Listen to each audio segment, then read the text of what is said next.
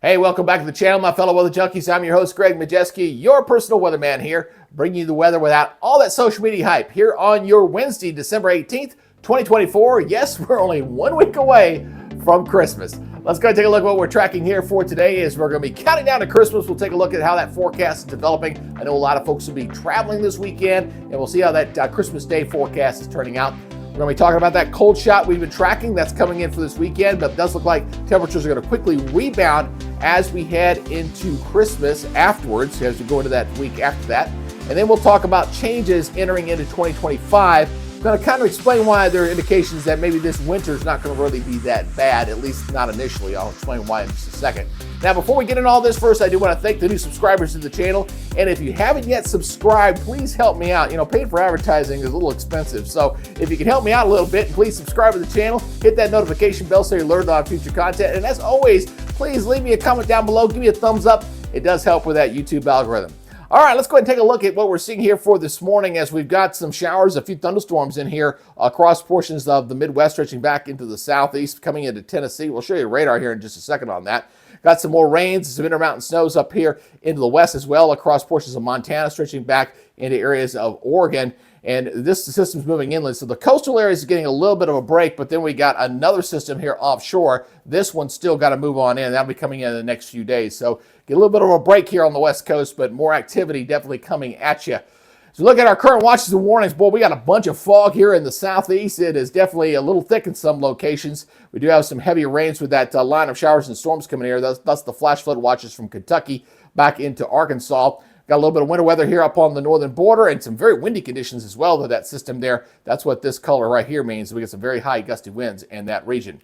So let's go ahead and take a look at our surface map. We got the front moving on in. The real cold stuff's really back up here. The front's setting southward, but we're going to get some Arctic air. It's going to make one more intrusion coming on down here as we head into this upcoming weekend, especially here across the eastern, say, third or so of the United States from the Midwest coming in toward the northeast. It'll cool down into the southeast as well. Seeing all the rains out here across portions of Washington State, moving into Idaho, and a little bit of that snow. This is going to kind of traverse right along the border there over the next few days. Let's talk about some of this rain and thunderstorms here coming through Tennessee, coming up there, approaching Nashville, stretching all the way back into Jackson and getting into just south of the Memphis area. And there's some pretty gusty winds in there as well. So a little marginal risk for severe weather sitting up in this area here for today. But this system, as it sinks to the south, is going to be weakening as it continues to move off toward the south there. So we can take a look at that day one outlook. I'll show you what I'm talking about here as far as that severe weather component here with that line of thunderstorms. Again, we're talking about right basically Tennessee. So just a marginal risk for that for today. And obviously we've got a bigger area there, an isolated shower, thunderstorm. But again, that line's going to really be weakening as it pushes off to the south, and not everybody's going to get that for today.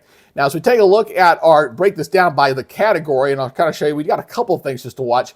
Believe it or not, yeah, there is a very low risk for tornadoes with this. So we're talking about a 2% chance, just that little sliver there across Tennessee, and not really a hail threat, but also the same area seeing a high wind threat in that same zone. But again, as we go throughout the day, as that line sinks to the south and it goes into Alabama and Georgia, it'll be weakening as it does so. And as far as the day two outlook is concerned, as we go into your Thursday, the only area of concern is going to be right down here in extreme South Florida, right down here, down near Fort Lauderdale, down toward Miami and getting near Key West. That's the only area expecting a few thunderstorms going into your Thursday. And day three, not showing a darn thing. It's actually pretty clear here. I'll show that real quick. There he goes. No thunderstorms in the forecast. That's a good thing to see. All right, as far as the heavy rain threat is concerned, we've only got today to worry about. Again, we're watching the heavy rains falling into that area currently, right there across Tennessee, a little bit here on the east coast of Florida there from Fort Lauderdale down toward Miami with some heavy rains. Other than that, nothing to worry about for day 2 or 3. Today is the only day you have to worry about those zones for some marginal risk of maybe some little localized flooding taking place in those zones. Now let's talk about the 3 to 7 day hazard outlook. Really the only concern out here is going to be out here on the west coast with some heavier rains in here. And that's where the bulk of the heavy rains going to be falling across the country here really over the next week or so. Most of the country will see kind of below normal precipitation, at least for the next 7 days. And it looks like it kind of picks back up again as we get closer to the end of the year. So let's go ahead and focus in on that short-term forecast, okay? We're going to be talking about a couple things here to begin your day. We've got this line here we're going to watch as this kind of moves up into the northeast. We got this energy here. This is going to kind of traverse right along the Canadian and American border there. So watch that timestamp there in that upper right-hand corner there. as we take a look at the short-term forecast, this is our high-resolution model here. As you can see, we're going to get a little bit of snow in here as we go into late in the day here on Wednesday across portions of New England in here. Kind of a mismatch there. And then you see that system quickly along the border moving off toward the east there as well. So we'll get a little bit of snow there across the Dakotas as that system continues to move there. Now, as we go into Wednesday, going into your Thursday there, going to Thursday morning, we'll see that system exit the eastern seaboard overnight. That'll be pretty good. And then we got this little snow batch here across portions of Minnesota and exiting North Dakota. But most of the nation going into your Thursday morning, really not looking all that bad. So this will kind of continue to move on off throughout the day on your Thursday and kind of go over the Great Lakes. Then we got another system coming out here, a little weaker one out here on the West Coast into Washington and Oregon. As we go into your Thursday evening. That's about 8 o'clock on that. And then I'll take you up to about midnight. This comes on in, and then we'll kind of see the lake effect kind of kicking up here a little bit as well as it's going across the Great Lakes. But really, that's about it. So the weather's going to settle down a little bit for a couple days here as this next storm system gets to move on out. So let's go ahead and look at the jet stream here. Of course, that's a big thing that kind of drives our weather here. Again, we got this initial cool down coming here in the east, but the bigger one will be coming in heading into this Friday. So we're going to sync up some jets energy here, and we're going to tap some of that cold air coming in here across the eastern third of the United States. It's going to be short-lived. It'll be definitely a hit and run with this cold zap coming on down here. So it's going to move on out as we got this through the weekend. And then as we go into basically Christmas Day on, it's going to really warm up nicely across the country as really kind of branching out here. This is very much a kind of look like a split flow here across the country here as we're going to be seeing much milder conditions thanks to the specific flow, and that cold air is going to be really locked up in Canada. Now we got a couple of disturbances going out past Christmas Day. We got this little piece of energy here coming into the 26th. You see that little cutoff feature there. Got a little trough out here on the west coast as well going into the 26th. So we do have some rain maybe kicking in across. There's this little trough coming in across the south. On Christmas Day, looks like there may be a little rain there. And you got this energy here to look out for as we head toward next week. So as this moves on off, we'll see that lift to the north. So we got this going into the 27th across the Great Lakes. Here comes another little piece back here, but no big storm systems. That's the big thing here, okay? These are all fairly weak here. But then as we go to the tail end of this run, there's one thing that did catch my eye. And again, this is very far out. So we're talking about a projection here. So as we head toward the 31st, the jet gets into this kind of configuration here. This is a little bit of a negative tilt there, and depending on how warm it is here, that could set off some thunderstorms, maybe some isolated severe. We'll see how that works out. That's going toward the 30th here, and then this kind of moves on out here, and it looks like we'll see some cold air kind of come down here eventually. But overall, the temperatures up in Canada are really above average, or above where they're supposed to be for this time of year. So even when we're getting these colder air masses coming in here heading toward the end of the year, it's not looking like it's going to be all that bad. So as we go ahead and take a look at our precipitation forecast here, as we break this down here, again, we'll move that snow through New England. We'll see a little bit of snow here going into Thursday, obviously riding right along that border there that's going to come across the Great Lakes, as we just showed you there. So let's go ahead and break this on past Thursday as it moves into the northeast. And so we go into the 21st there. Looks like we're going to see a little bit of snow into Friday and Saturday here across the portions of even getting into the Appalachians a little bit. So that'll kind of put you in the holiday spirit there as that moves on through. A little quick moving system there that's bringing in the colder air. And we'll see that as we head into Sunday morning. Obviously, this is our freezing line sitting way down here, but much milder out here in the west. We get a little snow out there in the Intermountain region there going into the 21st. But the big thing here as we go toward Christmas is the fact that that freezing line is going to really start to retreat up. So we got a little bit of snow here on the 23rd around the Great Lakes, a little snow out here in the Intermountain region. Kind of paying attention to the snow as we're getting toward Christmas, obviously.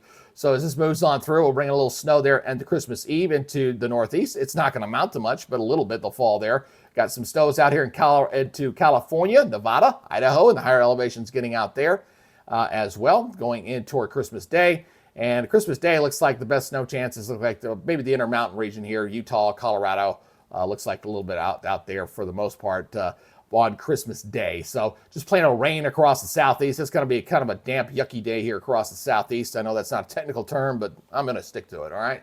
All right, so this moves on out. And then we'll see that system push off toward the east going toward the 27th and into the 28th. That moves on out. Just plain old rain. But here's why it's all rain. Look, the freeze. I'm looking at the 27th there, and then going to the 28th. The freezing line's way the heck up here. I mean, it's way up there. So it is very far north. unusually to see that. So everybody's going to see rain. We got a little bit cold air across New England here, maybe getting a little bit of some snows up there going into the 28th. But then we'll turn our attention to that next system that's going to kind of bring things down a little bit. I need to watch this closely here as we head toward the 30th. We got the cold air coming back in here. Again, not overly cold. It's colder, but you got the freezing line coming back down south. Watch this zone here to see if we get a few thunderstorms in here that potentially could kick up severe. We'll see. It's a little bit far off to watch that, but this moves on through and this clears on out. Looks like temperatures start to cool down a bit. Again, you can see that see the colder air coming back through here a little bit. So, but again, not overly cold. Definitely not by getting ready to enter January standards by far. So let's go ahead and look at the precipitation breakdown here as we're going to look at the next 10 days as we'll be watching this precipitation here over that system we're currently seeing. The West Coast is the area to really watch. They're going to get a lot of heavy rain out there the next 10 days. So as I take this on out here, we do have a little spill of snow. This is actually in the form of snow, and I'll show you that right through here. This is going to be snow right through there. And I'll show you that snow total here in a second. And this will move on out. And so we'll take us out to 240. So let's bring this on out to 240. I don't like going past 10 days when it comes to rain. So you got that system there. Look at the West Coast, man. They're getting battered. Very heavy rains out there on the West Coast. That hazard outlook that was causing for some heavy precipitation out there, definitely in the cards. So overall, for most of the nation, looks like precipitation for the most part outside of the West Coast, we'll see a little bit drier than what it's supposed to be for this time of year. You're not seeing those progressive storm systems really coming across. So looking at the snow, let's talk about this a little bit. I'm going to take this on out. Again, there's that swath of snow with that cold shot coming in Thursday, coming across the Great Lakes and into the Northeast. So we got a little path of snow here with that colder system migrating right through there as we head toward the 20th of December. And then we'll take this up to Christmas Day. We're going up to Christmas here. We get a little snow falling across the high plains here going into the 23rd. And into the 24th, into the Northeast, into Christmas Day. So a little bit of snow there falling, and a little bit out in the West. I will say, comparatively wise, it looks like this is a little further north than what you would typically see. Sometimes you'd have a better chance for snow a little bit further south, but this is definitely not the year for a white Christmas for a lot of places here. And I'll take this out to 10 days as well. And there's your 10-day total snow totals here. Again, the Northeast, across the high plains, and the heaviest snows will be out here in the Intermountain region. One thing I do want to show here, I will show you the snow depth here in inches. So this is I'm going to back this up to Christmas Day. So I'm going to back this up to Christmas Day. We'll back to Christmas morning, and snow depth in inches. And this is where the snow is expected to be on the ground on Christmas morning. So again, you're talking about areas in the Northeast, some areas of the high plains, and obviously the Intermountain region out there. But I will say this is definitely a below average year for you snow lovers and white Christmas. Just not your year for that. For this year, unfortunately. All right, let's go ahead and take a look at the global temperatures anomalies. I'm showing this off for a reason. Now, we've got this cold batch here across Canada here. This is what's going to be coming down into the lower 48 here. But a lot of the global areas in here are looking at temperature anomalies above average. And when I look at this going out the next 10 days, there's that cool down coming across the east going into this upcoming week. So there's our chill down here across the eastern third of the United States. So you see that down here at the bottom of your screen. All right. But what I'm looking at is I'm looking at Canada here going into the new year. And one thing I notice is it gets very, very warm into Christmas week, and unseasonably so. So as we head toward New Year's, I'm going to take it out to right about there, looking out toward the 28th. Look how mild it is across, relatively speaking, across Canada. There's no real cold air there. Everything is kind of bottlenecked here basically over the pole here for the most part. And as this trend continues, even across Siberia, it's looking pretty warm. I'm just taking that all the way out to the end of the run going into January. You see the cold air is bottlenecked right up in here. It is mild in Siberia. It is mild in Canada. And if that trend holds going into January, basically the winter's not looking all that impressive to me, especially with that much temperatures milder than what they're supposed to be. So we're not looking at, massive, huge Arctic outbreaks. Looks like that'll be the trend as we go into at least the start of January. Obviously it could change, but right now it's looking relatively mild by late December and January standards here on the long-range models. So let's go ahead and take a look here at the 6 to 10 day outlook here. Again, we got that cool shot coming down. The residuals of this will be exiting off. Warm for most of the country, and we're just going to light this thing up across everybody here from the 25th to the 31st from coast to coast here, looking at unseasonably warm weather, especially across the Great Lakes. I'm going to be like, man, this is supposed to be getting to the coldest time of year, and not seeing it going into New Year's there. And going into the 23rd through the 27th, drier here along the East Coast, definitely very wet as we showed you out here on the West Coast as we go from the 23rd to the 27th. And then heading out to New Year's Eve, it looks like slightly above average precipitation for most of the country, especially up into the Northwest. And we'll watch closely, obviously, the New Year's Eve in New York City and see how that looks as we get closer and closer toward the end of the year. But right now, the good news is for you travelers out there, is I'm not seeing anything as far as a major issue with the weather that causes you real travel headaches right now. We do have that cold shot coming in. We do have the colder weather coming in for this upcoming weekend, but it's going to be hit and run. And then it looks like we'll see most of the days after Christmas, say the 25th to the 30th, will be running above average there. And then we'll see some cooler temperatures coming down, but even by, late December, January standards, not overly bad for this time of year. All right, that's y'all's update for today. Again, if you haven't subscribed to the channel, please help this guy out, man. I hate paying money for advertising. So help me out. Please hit that subscribe button, hit that notification bell for future updates. And as always, if you got a comment, a question, or something like that, please post it down below. Give me a thumbs up. I do appreciate you guys helping to support the channel. All right, that's your update for now. You guys take it easy. If you can stay safe, and we'll see you in the next update. Bye, guys.